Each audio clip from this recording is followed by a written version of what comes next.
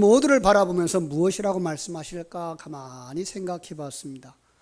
여러분, 하나님이 여러분을 바라다보고 뭐라고 칭찬하실까요?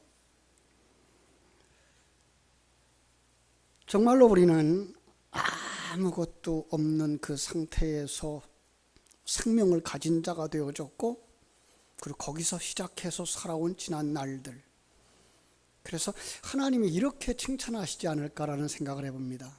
그동안 열심히 사느라고 수고 많았다. 우리 한번 옆에 분이랑 인사하십시다. 그동안 열심히 사시느라고 수고하셨습니다. 예.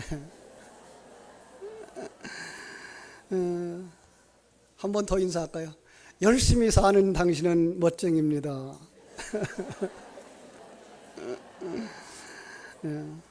참 명절이죠, 그죠? 명절 가족들이 함께 모이면 지나온 이야기들을 하죠. 물론 자기 자랑 일색이지만 말이에요.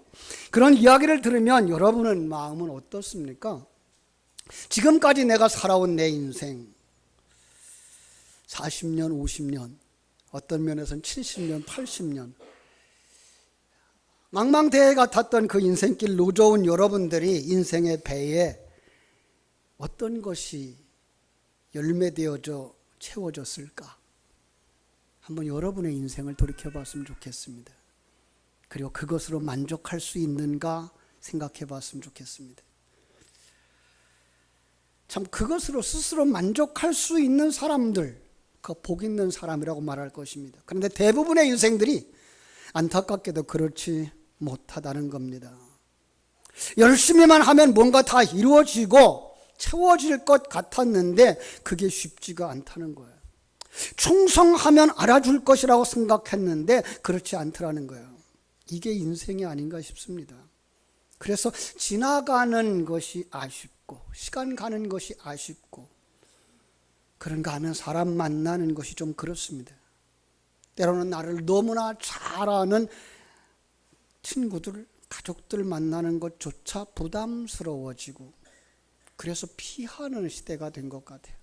명절, 어른들을 찾아뵙고 인사드리기보다는 혼자 지내겠다. 그래서 여행길에 오르는 많은 사람들을 봅니다. 그래서 명절만 되면 공항이 가득 찹니다. 사람들로. 그런가 하면 인터넷에 명절에 이런 말 하지 말자라는 내용이 올라왔더라고요. 학생들한테 성적 물어보지 말래요. 젊은이들에게 나이를 물어보지 말래요. 특별히 취직했느냐, 어떤 일을 하느냐 물어보지 말래요. 결혼 정년기에 있는 젊은이들에게는 결혼에 대해서 입을 떼지 말래요. 이런 얘기를 들으면서 속으로 안타까워지는 건 왜 그럴까요?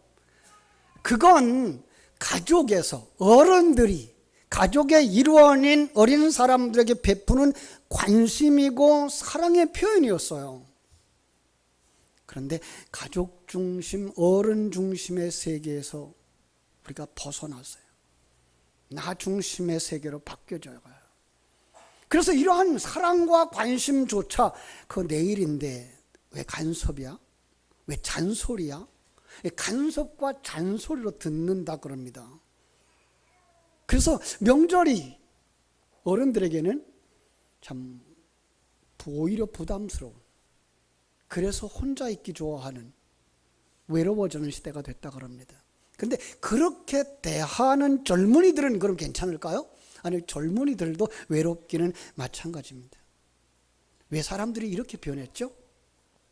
이것이 죄인이기 때문에 그렇습니다. 이것이 지옥의 모습이기 때문에 그렇습니다. 오늘 본문에 그런 사람이 한 사람 나옵니다. 그는 수십 년간 고기잡이하며 살아온 어부였습니다.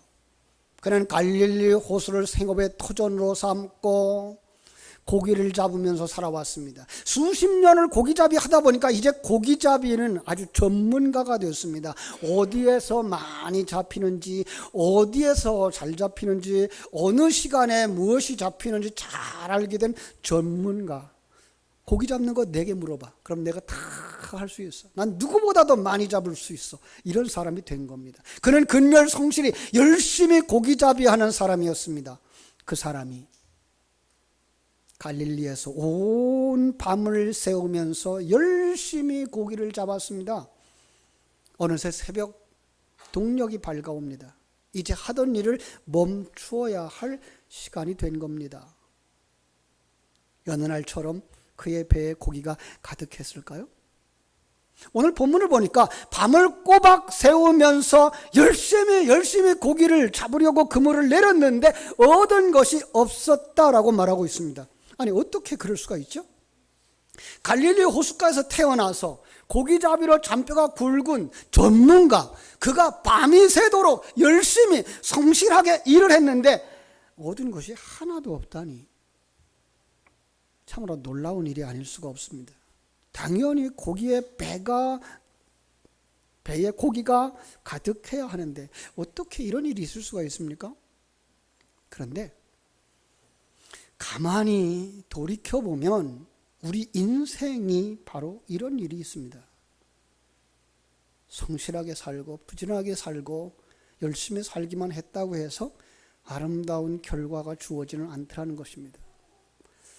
제가 어린 시절에 동네에 살던 참 부지런한 아저씨가 계셨어요.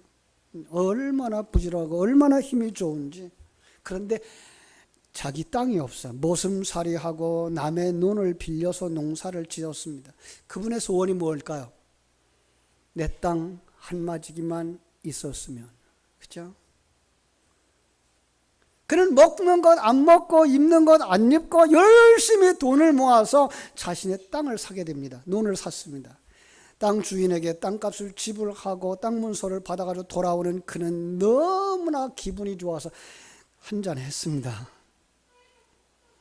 친구들이 여기서 축하한다고 한 잔, 저기서 축하한다고 한 잔, 그러다 보니까 너무 취해서 집에 돌아오다가 그만 낭떠리에서 떨어져서 굴러서 다리가 부러지고 갈비뼈가 부러졌습니다. 그때는 의술도 변변치 않았기 때문에 한쪽 다리에 불구가 되고 말았습니다. 그는 불구의 몸으로 농사할 수가 없게 됐습니다. 그런가 하면 치료하는데 돈이 많이 들어갔습니다. 그는 농사도 지어보지 못하고 안타깝게 그 땅을 다시 팔고 말았습니다. 안타깝죠. 그가 성실하게 살았는데, 그렇게 열심히 했는데 결과는 참 허망하다라고 말할 수밖에 없게 됐습니다. 우리 인생에 꼭 이렇게 엄청난 일만 만나지 않는다고 할지라도 우리 마음대로 되지 않는다는 것을 이제 아는 나이가 됐죠. 젊은 시절 뭔가 소원하던 일이 많았습니다. 한 해 한 해 지나가 버리는 시점, 이제 지나온 인생들 돌이켜보면 아쉬운 게 하나둘이 아닙니다. 그죠? 금년 한 해는 또 어떻습니까? 금년 한 해 연초에 계획을 세웠던 것 한 달 한 달 지나가면서 여러분 얼마나 많은 열매를 맺었나요? 여러분의 인생의 배는 무엇이 채워져 있나요? 우리 신앙의 배는 어떻습니까? 혹시라도 베드로처럼 텅 빈 것은 아닐까요? 아니, 그 정도는 아닐지라도 이런저런 아쉬움으로 가득하지 않을까요? 이 시간에 그렇게 아쉬움에 가득 찬 여러분과 제게 우리 주님께서 찾아와 주시기를 주님의 이름으로 소원합니다. 예수 안에 있는 사람들에게는 그래도 소망이 있어요. 주님이 우리 인생의 배를 타시면 오늘 본문에 나오는 베드로처럼 가득 채울 수가 있게 될 줄로 믿습니다. 내 배뿐만 아니라 친구의 배도 가득 채우게 되는 축복의 역사가 일어나게 되기를 주님의 이름으로 축원합니다. 밤새워 고기를 잡았지만 아무것도 얻지 못한 채 그물을 씻고 있는 그곳에 예수님이 오셨습니다. 그리고 예수님이 성큼 그의 배에 올라오셨습니다. 예수님이 그의 배에 오르시더니 쫓아온 무리들에게 말씀을 전합니다. 말씀이 끝나자 베드로에게 이렇게 말씀합니다. 깊은 데로 가서 그물을 내려서 고기를 잡으시오. 베드로가 깊은 곳으로 가서 그물을 내렸더니 이게 어떻게 된 일입니까? 6절. 그렇게 하니 고기를 잡은 것이 심히 많아 그물이 찢어지는지라. 이에 다른 배에 있는 동무들에게 손짓해서 와서 도와달라고 하니 그들이 와서 두 배에 잠기게 되었다. 두 배에 채우니까 배가 잠길 만큼 되었다라는 거예요. 놀라운 일이 벌어졌습니다. 얼마나 고기가 많이 잡혔던지 베드로의 배는 물론 곁에 있던 친구의 배도 가득 채웠습니다. 여러분의 인생의 배도 이렇게 가득 차는 역사가 일어나기를 주님의 이름으로 축원합니다. 그렇습니다. 예수님은 채워도 채울 수 없는 우리 인생의 공허함을 채우시려고 오신 것입니다. 부족함이 없는 만족, 샬롬의 축복을 주시려고 우리에게 오신 것입니다. 여러분, 예배하면서 그분을 만날 수 있어야 됩니다. 세상 일 접어놓고 성전에 올라왔습니다. 예배한다고 왔습니다. 그런데 여러분들이 이 예배당에 올라와서 예배하면서 예수님을 만나지 못한다면 여러분의 배는, 그리고 여러분의 인생은 헛것이 될 줄도 모릅니다. 그런데 베드로는 예수님을 만났습니다. 이 놀라운 축복, 물질적인 물고기가 가득 채워지는 축복보다 더 큰 축복을 만났는데 자신의 빈 배에 가득 채울 뿐만 아니라 7군구의 배까지 채우는 축복 앞에서 베드로는 덩실덩실 춤을 추지 않았습니다. 왜 그랬을까요?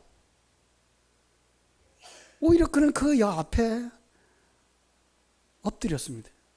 예수님 발 앞에 엎드렸습니다. 여러분, 하나님은 오늘도 우리에게 이런 표적을 주시는 줄로 믿습니다. 가끔은 생각지도 않았던 일들이 일어나요. 그렇죠? 일이 쉽게 풀려져요. 큰 문제 같았던 것, 해결할 수 없으면 정말로 생명의 위협을 당하는 그 일들이 쉽게 풀어져요. 그런가 하면 예상하지 못했던 만큼 돈이 생겨요. 여러분, 그런데 그것만 가지고 기뻐하는 곳에 머무르면 안 됩니다. 그걸 통해서 말씀하시는 하나님의 음성을 듣게 되기를 주님의 이름으로 축원합니다. 베드로는 그걸 보았습니다. 그리고 주님의 발 앞에 엎드렸습니다. 보세요. 주님을 부르는 칭호가 달라졌습니다. 5절 말씀 볼까요? 시몬이 대답하여 이르되 선생님, 우리들이 밤이 새도록 수고하였으되 잡은 것이 없지만은 말씀에 의지해서 내가 그물을 내리겠습니다 라고 말합니다. 그런데 8절에 가면 그 선생님을 부르는 칭호가 달라졌습니다. 같이 읽겠습니다. 시작. 시몬 베드로가 이를 보고 예수의 무릎 앞에 엎드려 이르되 주여 나를 떠나소서 나는 죄인으로소이다. 아멘. 여러분, 주님을 만났는데, 예수님을 만났는데 이 표적을 체험한 후에 선생님이라고 불렀던 그분이 이제 주님으로, 구주로 바뀌어진 겁니다. 똑같은 예수님인데 불구하고 이 세상 사람들도 선생으로 보는 자가 있는가 하면 구주와 주님으로 보는 분들도 있다는 것입니다. 오늘날 세상 사람들은, 그리고 사전들은 예수님을 세계의 4대 성인 중에 한 사람, 탁월한 지도자라고 이렇게 평가합니다. 그런데 그 속에 살아가는 수많은 사람들이 그 속에서 예수님을 구주와 주님으로 만나는 줄로 믿습니다. 중요한 것은 예수님을 아무리 세상에서 가장 탁월한 선생님으로 안다고 믿는다고 할지라도 그에게 일어나지 않는 사건이 있습니다. 그것은 구원입니다. 예수님을 선생으로, 인생의 모범으로만 아는 사람들에게는 구원의 역사가 일어나지 않습니다. 예수님을 구주와 주님으로 만나는 자들에게만 하나님의 생명이 주어집니다. 예수님을 주님으로 만나는 자들에게만 하나님의 자녀의 권세와 축복이 주어지는 줄로 믿습니다. 예수님을 구주와 주님으로 만나는 자만이 공허한 인생에서 충만한 인생으로 바뀌어지는 줄로 믿습니다. 사랑하는 성도 여러분, 우리는 예수님을 구주와 주님으로 만나야 될 줄로 믿습니다. 여러분, 구주가 주님은 무엇입니까? 그것은 구원의 주인이라는 뜻입니다. 그 고백을 할 때에 그 고백 속에는 자신을 아는 겁니다. 하나님을 아는 겁니다. 그리고 자신의 죄가 무엇인지 아는 것이고, 그 죄인인 것이 구원받을 수 없는데 독생자 예수 그리스도가 나를 위하여 십자가에 지어 주셨기 때문에 내가 구원받은 자라는 고백이 들어가 있는 겁니다. 주인이라는 말 속에는 더 놀라운 은혜가 들어가 있는데, 그것은 바로 주님은 창조주고 나는 피조물이었다고 하는 사실을 고백하는 겁니다. 그렇습니다. 지난 금요일 날 설교를 들으신 분들은 기억하실 겁니다. 많은 사람들이 나는 예수님 한 분만으로 만족합니다라고 고백하지 못하겠다는 거예요. 우리 찬송은 부르는데 어떤 사람은 그 찬송 부를 때 그 순간엔 입이 다물어진대요. 여러분은 어떻습니까? 주님 한 분만으로 만족하십니까? 근데 그렇게 쉽게 대답할 것이 아니더라고요. 사람들이 생각하는 주님 한 분만으로 만족합니다라고 하는 얘기는 다른 건 없어도 예수님만 있으면 만족합니다라는 생각을 가지고 있기 때문에 그렇다는 거예요. 그게 아주 목사님이 지혜롭게 대답을 하셨어요. 뭐라고 했죠? 주님 한 분만으로 만족합니다라고 하는 고백은 주님의 통치 아래 있기 때문에 주님이 주신 모든 것에 만족합니다라는 고백이라는 거예요. 여기에 신앙의 고백이 들어가 있는 겁니다. 당신은 창조주입니다. 당신은 이 우주와 만물을 창조하셨고 이 지구를 창조하셨고 그 속에 나를 창조하셨고, 창조로 끝난 것이 아니라 섭리하고 계시는 것이고 그 나라를 살피고 지키는 것뿐만 아니라 목적을 가지고 내 인생을 이끌어가고 계시며 그 상황과 사건 속에서 나를 하나님의 아들로 만들고 계시기 때문에 나는 어떤 상황을 만나도 어떤 사건을 만나도 만족합니다라는 고백이 그 속에 들어갔던 것입니다. 사랑하는 여러분, 그래서 그 속에서는 놀라운 고백이 들어가 있는 거예요. 두 번째로 베드로는 그 속에서 자기가 누군지 보게 된 거예요. 5장 8절입니다. 시몬 베드로가 이를 보고 예수의 무릎 앞에 엎드려 주여 나를 떠나소서 나는 죄인으로소이다. 자신이 죄인인 걸 발견하게 된 거예요. 자신이 죄인인 걸 발견하게 되니까 감히 영광의 주님을 도무지 감당할 수가 없어 자신을 떠나주시기를 소원하는 거야. 여러분, 세상에서 가장 위대한 발견, 그것은 바로 자기 자신을 발견하는 것입니다. 자기 자신이 죄인인 것을 발견하는 것입니다. 베드로는 어떤 죄인이었을까요? 살인했을까요? 간음한 자였을까요? 남의 걸 도적질했을까요? 그런 죄인일 수도 있습니다. 그런데 그런 죄는 모든 사람에게 다 일치하는 것은 아닙니다. 성경이 말하는 죄, 한 사람도 예외할 수가 없는 죄, 그것은 나 중심의 세계관을 가진 타락한 자들의 속성, 사단의 속성, 사단의 사상에 떨어져 버린 그 사람. 그래서 내가 주인이고 내가 왕이고 내가 판단자가 되어 있는 것을 발견하는, 바로 그것이 죄인이라는 고백인 것입니다. 하나님을 반역한 죄인에게서는 죽어 마땅한 결과를 보는데, 하나님의 그 저주와 심판을 당한 죄인을 알지 못한다면 그것이 죄라고 하는 겁니다. 그런데 베드로는 그 표적의 사건을 통해서 그걸 발견한 겁니다. 아, 나는 죽을 죄인이구나. 구세주가 필요하구나. 나는 구원받지 않으면 안 될 존재구나. 내게는 예수가 필요하구나. 이 세상에 그 어떤 것보다 정말로 필요한 것은 나를 구원해 주시는 주님인 줄로 믿습니다. 이것을 깨닫고 나면 예수님이 가장 소중한 분이라는 것을 알게 됩니다. 그 무엇과도 바꿀 수 없는 분, 나의 전부가 되신다는 사실을 고백하는 사람들이 부르는 찬송이 있습니다. 주 예수보다도 귀한 것은 없네.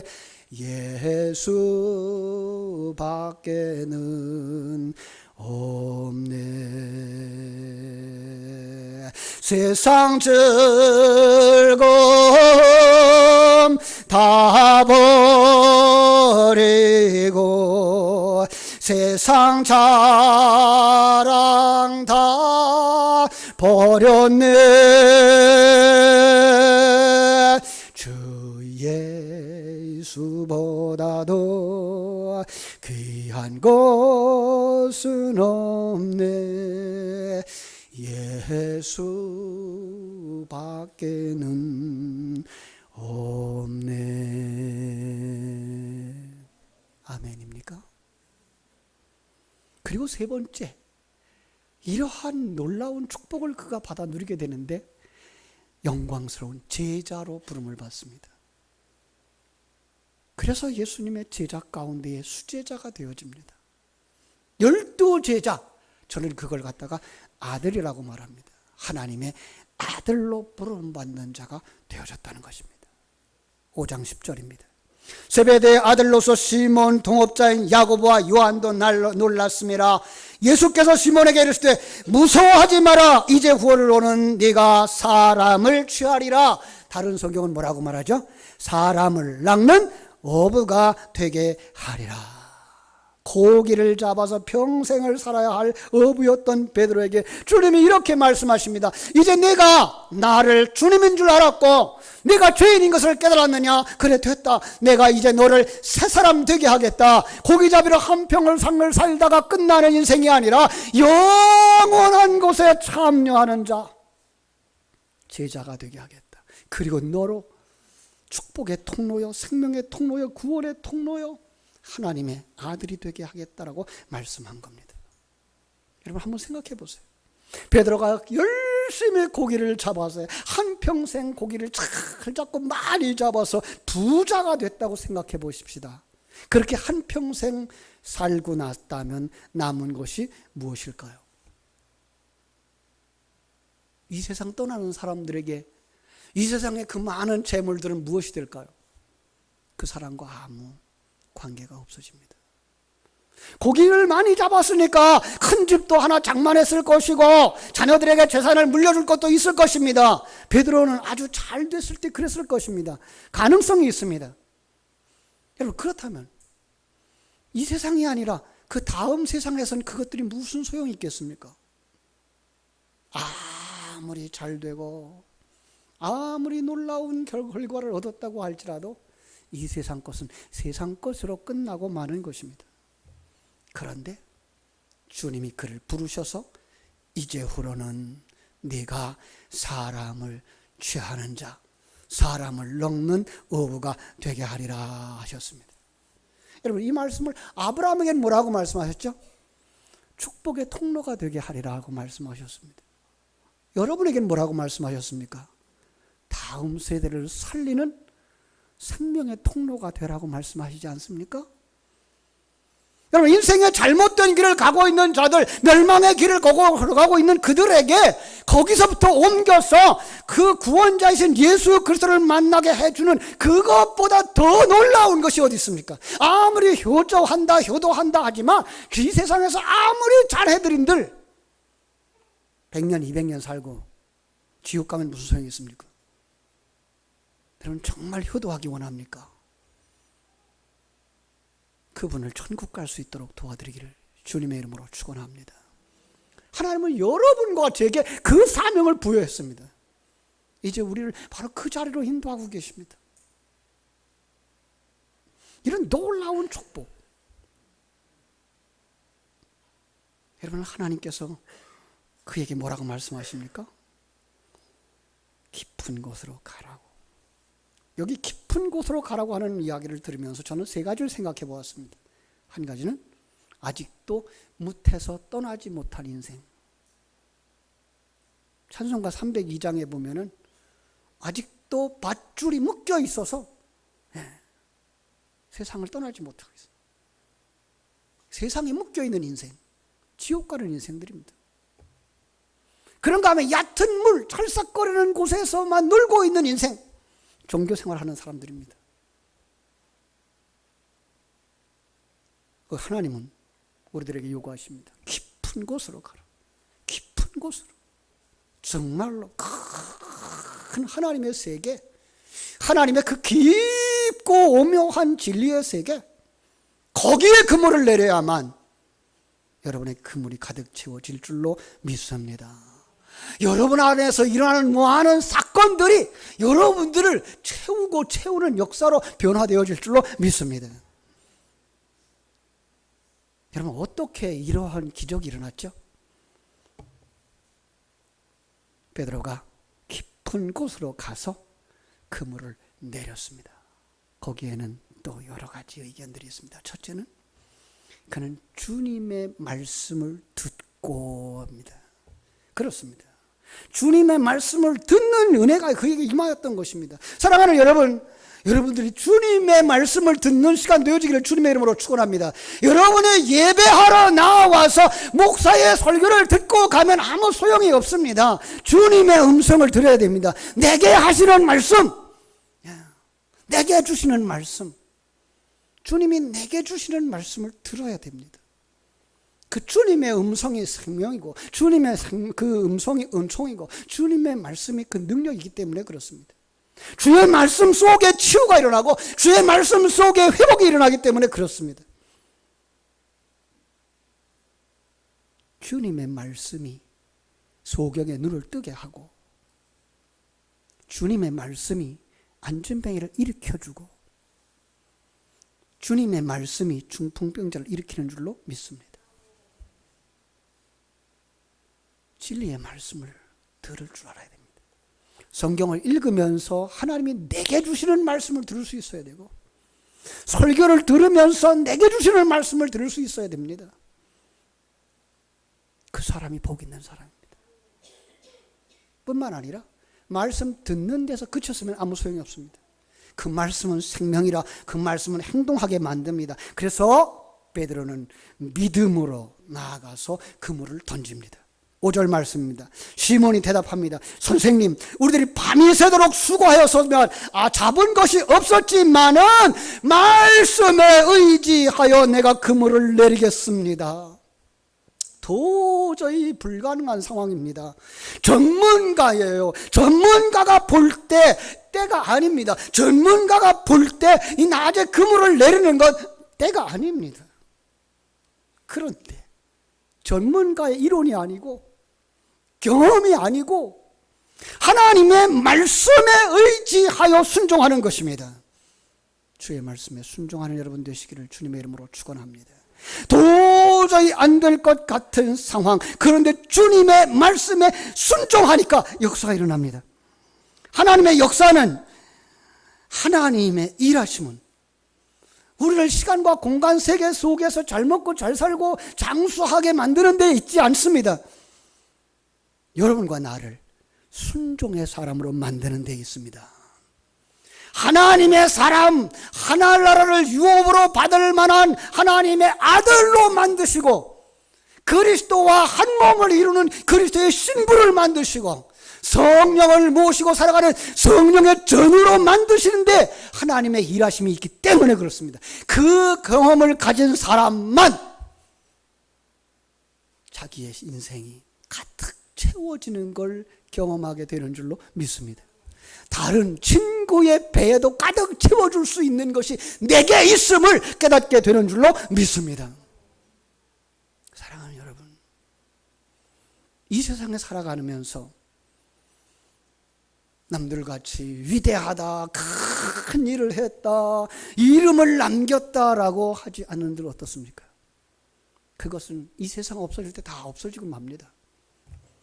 하나님은 우리를 거기에 머무르게 하지 아니하시고 영원한 나라, 그 하늘나라에서 주인공 되는 장자 되게 하시고 그리스도의 신부 되게 하시는 줄로 믿습니다.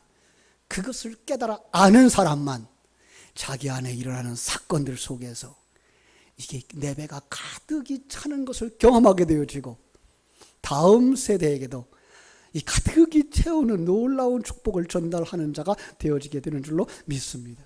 이 예배를 드리는 여러분의 심령 속에 이 귀한 은혜가 넘쳐서 여러분의 삶의 모든 구석구석에 하나님의 은혜가 가득 차 있는 것 발견하고 그것을 나누어 줄 수 있는 은혜의 사람이 되어지기를 주의 이름으로 축원합니다. 기도하겠습니다. 하나님 우리 아버지,